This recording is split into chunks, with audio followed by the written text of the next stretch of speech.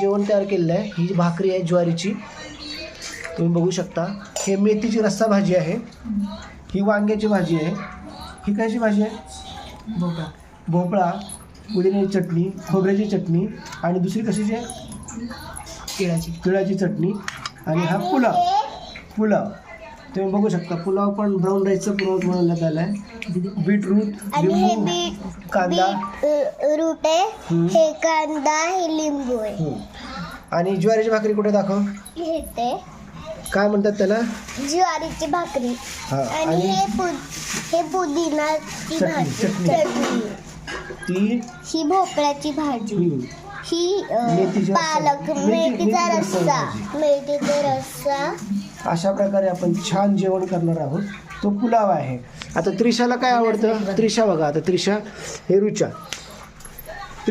बघा.